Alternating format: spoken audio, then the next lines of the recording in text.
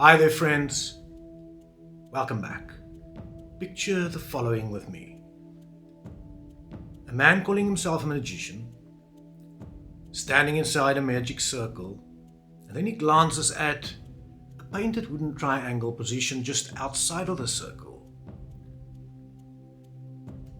Smoke rising from a brass censer is filling the room with the smell and the scent of pepper and dragon's blood, and scattered around the censer are pieces of quartz and feldspar. Then he shifts his focus to a wooden figurine, that of a bird. And now he focuses intentionally on a piece of paper in front of that figurine with a symbol drawn on it.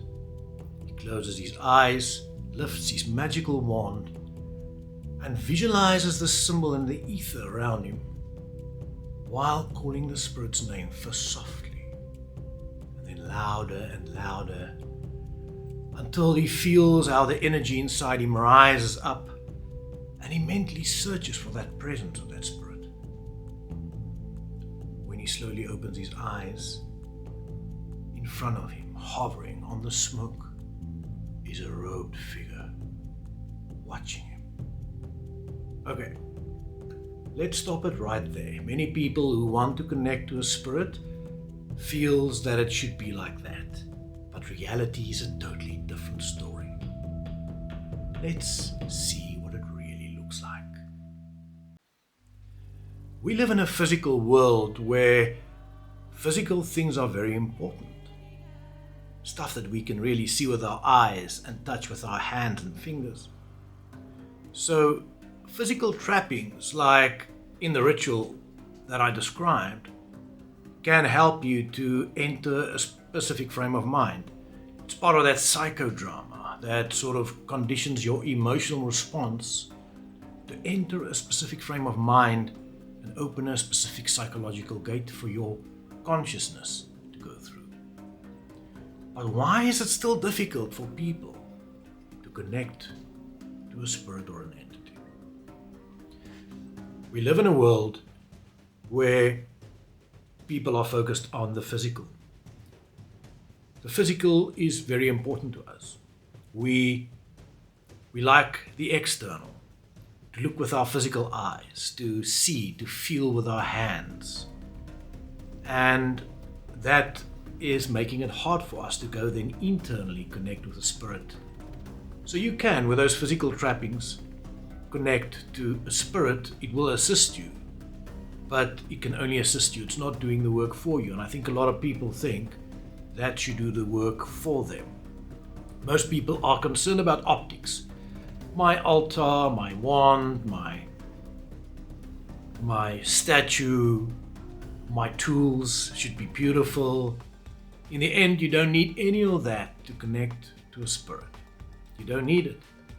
You only need yourself. The internal path, the esoteric path, is one where you don't need anything, but there are for sure physical things that can help you to connect. But in the end, it's all about you, your internal self. Secondly, we live in a world of instant gratification. People do not want to do hard work. They do not want to apply themselves. They want everything for free. They are not disciplined. If you want to learn astral projection, there are certain techniques that you need to learn. If you give up when you fail the first time, you won't be able to learn it.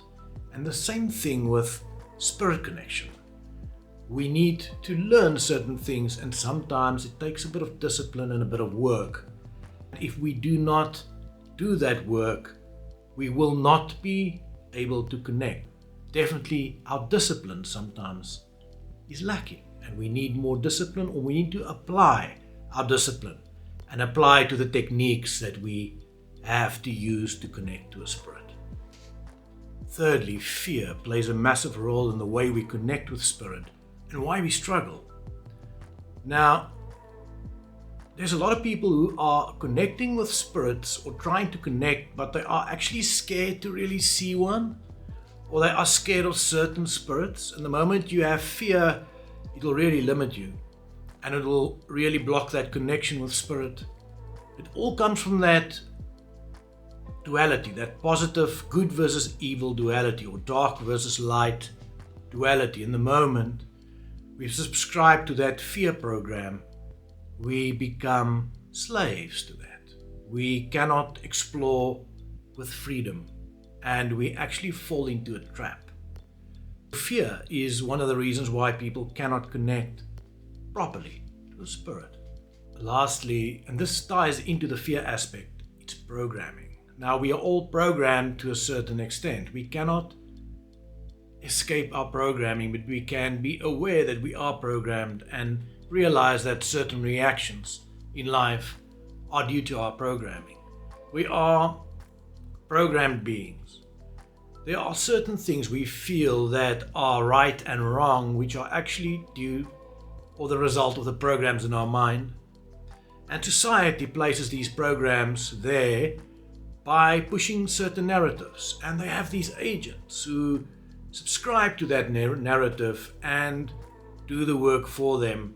We like to follow. We are group beings, group creatures. We like to feel that we belong, to be part of something, because in a way our journey is very solitary, and that belonging is something so special to many of us.